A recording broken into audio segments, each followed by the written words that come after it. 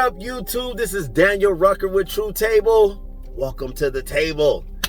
As I've told you guys, things have been getting a little busy on my side, but like I said, I'm going to continue to bring this content because I need to just stay consistent. And I got to continue to get these thoughts and these perspectives out because at the end of the day, I'm doing my best to help you and add to the conversations that are happening around this space. So, as you guys know, when I get on this channel and I get on the camera, I get cooking. I bring topics and subjects and things of that nature to get you thinking, to get you to look at something from a different perspective. But before I get started, go ahead and hit that like button. Go ahead and subscribe if you feel it necessary. It does wonders for my self-esteem. I appreciate it. So, today, I have stumbled across this, I watch a lot of content creators, but I stumbled across this particular broadcast and I took a clip of the broadcast. I think it was like, I want to say 10 minutes or so long, but it's a pair of sisters. And pretty much what they were discussing in the clip that I'm going to show you in a moment was, why do people want what they want? And the two ladies were referring more so to what women want or what they ask for, but I'm going to try to add to it from both perspectives because we got to be clear. We got to really think about this. Why do us as men ask for the things we want from women?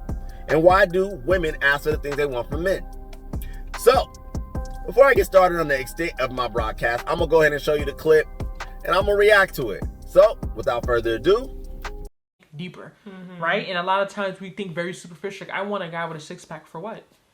Like, is he going to go model with that six-pack and make money for you guys? Like, I want a guy who's tall for what? Is he going to use that height and go play NBA and make millions for you guys? Like, the things you want from a guy, that's great, that's cool. But it's like, what is that really doing for you in the long run? How is that benefiting your life? What is that doing for you and your family? Is it just strictly superficial? Or is it, like, really beneficial? Because there's things you may want in a partner. Like I always would say. Now, for those of you guys who follow me on Instagram, same name, True Table, same consistent name on Instagram. I had already uploaded this particular clip because I thought it was so profound that in the 30 seconds I believe that it is, she said a lot. And so that's why I'm reacting to it. But I liked what the young lady said. I like what she said for the main reason of, why do you need certain features from a person unless those features are going to translate into something that is actually going to produce value, produce some type of upward mobility or functionality in a sense. And if you didn't hear her clearly, because she was talking kind of fast, she specifically said, why do you need a man that's tall unless he's going to go to the NBA, unless he's going to be an athlete? Why do you need a six-pack unless he's going to be a model? Like, what do we ask for the things from the opposite sex for? And a lot of times, I think that for most people, it's like having a wish list, like a Christmas list of some sort. Like, you want to put things on a list of a person thinking that they're like cars or houses, like people you just pick off the lot, or you just drive down the neighborhood and they have all these amenities. And I'm here to tell you that's nonsense. People are interesting, to say the least. A lot of people have families they come from, cultures they come from, regions they come from, customs they come from. And so when you're looking to partner with a person, a lot of the things that people try to state that are non-negotiables, like physical attraction, height, weight, eye color, these things are very minute in the scheme. They're minuscule in the scheme of a person. And as of recently, it's even been more so surrounded by people's achievements as well as their financial status, where they sit in the financial level of life, which is becoming more and more complicated to do something as simple as date, as get to know somebody. And I know that a lot of that has to do with the internet. I know that a lot of that has to do with people being told you can have it all. I know that a lot, it has to do with the marketing behind us as people and our consumerism that is a constant programming. See, we as people are programmed. Everyone's programmed. I'm programmed. You're programmed. The thing is, you got to figure out the depth of your programming. If the programming that you're on, the program you're on, is if it's detrimental. I believe that most people that are asking for these asinine things from individuals that really don't translate into a good relationship is a bad program. So one of the things I've always stood strong on is I never quite understood why most women want such a tall man, because height has been proven, as they have stated lately, it is a psychological mating practice of women to aspire for a man who represents pure masculinity, superiority in physique, to provide for better children.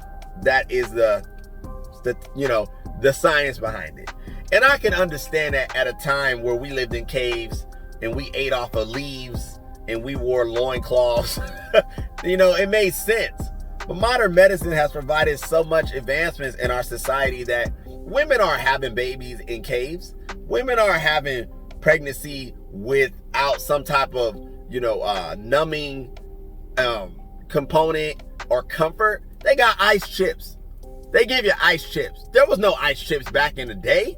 You had The Rock and you had buffaloes. You had stuff going on. So a lot's changed. So I call BS on that particular thing.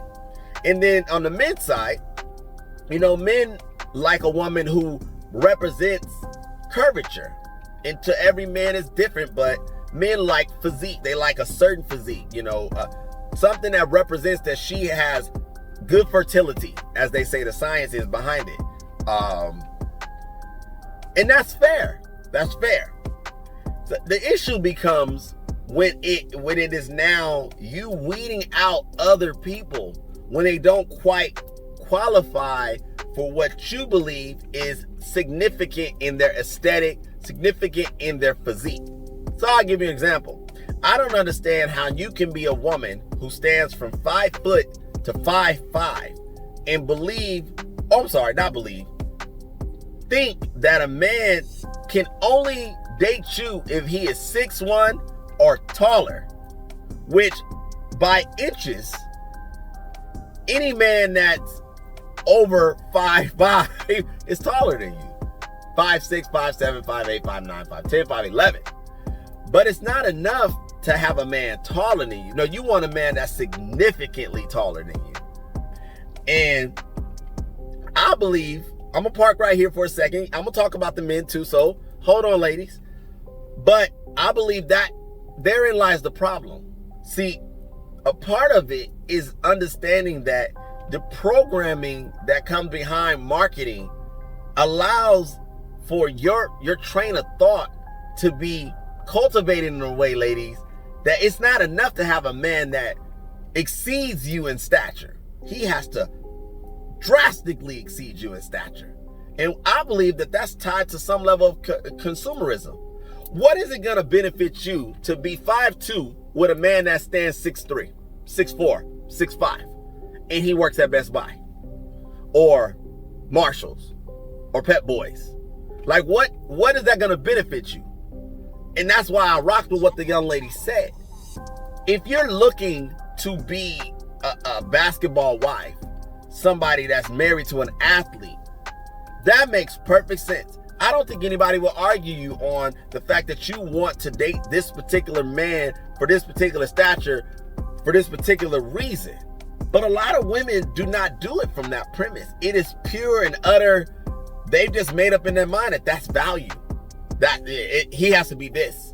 And you weed out so many other men that by default, most men don't stand over 5'9". The average height is 5'8", 5'9" for most men. Any man standing over 5'9" is considered a smaller percentage of the overall population. But y'all chew on that for a second. My fellas, men are a little bit more relaxed in their overall aesthetic for women. So, lady, that's kind of why it's a little hard to be as hard on the fellas, but I'm gonna do what I can. Fellas, what is it gonna serve you for her to have a real fat booty if the booty is not necessarily providing any level of progress, communication, better relationship. Now, I'm gonna share a little secret with you guys, because I'm honest, this is True Table, so I keep it real on this channel. I, at one time, was one of those individuals that, for a season, I went through this season like maybe 5-6 years ago, because in my dating career, I'll call it, I was dating all different types of women, all beautiful in their own respects, but I wasn't always with the one who had the Kim K body, or, you know, the curvy, extra, you know, as Kevin Samuels calls it, cartoonish physique. You know, they were all beautiful in their own, you know, makeup of sorts. But I went through a season where I was like, well, you know what? If I'm gonna deal with a headache, because I feel like I was gonna deal with a headache no matter what woman I was dating, then at least I want her to have a fat booty, something that I'm gonna be happy and proud of when I look at it. And I went through that season for, I don't know, like a year. Like, I didn't talk to no girl that didn't have this particular booty that I wanted. But at the end of the day, that was the season. And I'm sharing that with you guys so that you can understand. And I do get it. I do understand. But even in my season, what I have found once I came to was the significance that I was looking for was character-based. It had nothing to do purely with the physique. Every woman is going to have her own level of aesthetics that benefit her, compliment her. God made us all unique in our own way. And so for me to now rule out potential greatness because the young lady may not have the booty that, quite honestly, wasn't going to make for a better woman, a better wife, a better household, you know, I was more realistic for the most part. And that leads me to what I'm saying on this broadcast. I believe people, men and women, need to be more realistic on what they're trying to accomplish. Because at the end of the day, that's what it is. When you sit back and you think about, you know, one day I may want a woman, whether you want to marry her or not. As a lady, one day I may want a man, whether I want to marry him or not. What do I want to accomplish? From that premise, I believe you will start to operate in a more realistic perspective. If you're trying to accomplish a successful relationship, something that is built on, you know, foundation of communication, loyalty, honesty, trust, you know, work ethic,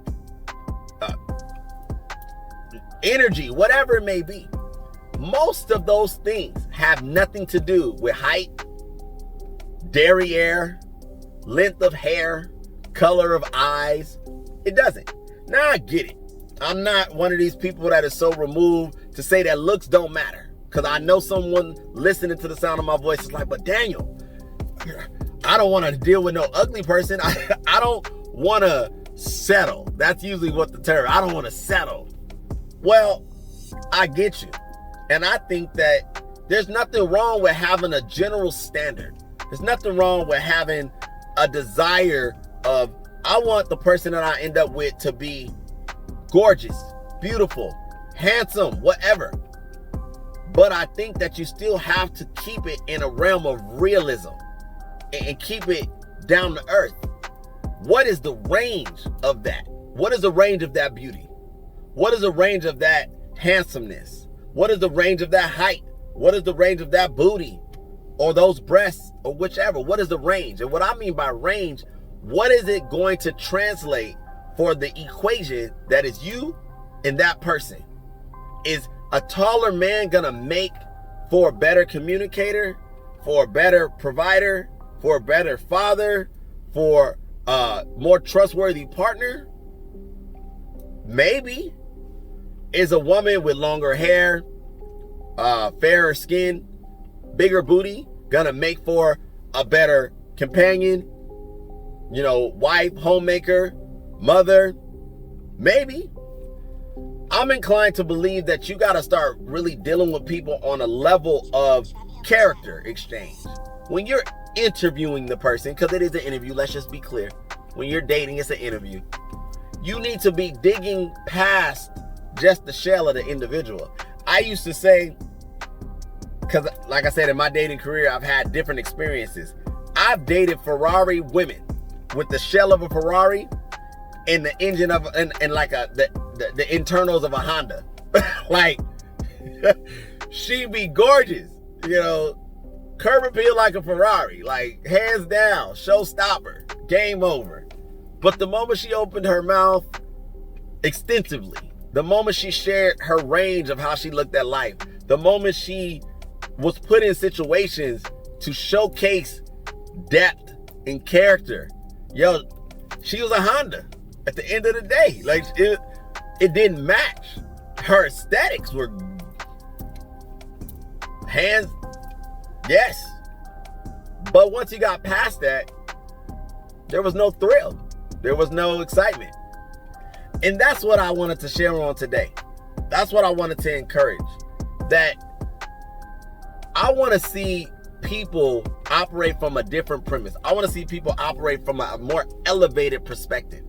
Because at the end of the day, most people want to be valued, loved, and cared for by somebody that they value, love, and care for and respect.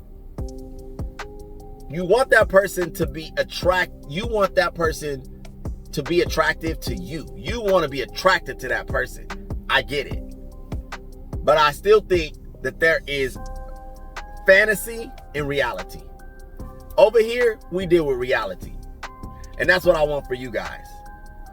So thank you for hanging out with me today. That's all I wanted to talk about for the moment. If you're enjoying the content, liking what I'm putting down, go ahead and, like I said, subscribe. Go ahead and hit the like button. Works wonders for the algorithm. Go ahead and share the content. If you know somebody that may benefit from what I'm saying, go ahead and spread it around. I'm never going to be mad at that. But I'll be coming to you guys with another video very soon. I appreciate it. Thank you for hanging out with me today. Daniel Rucker signing out. Y'all have a good one.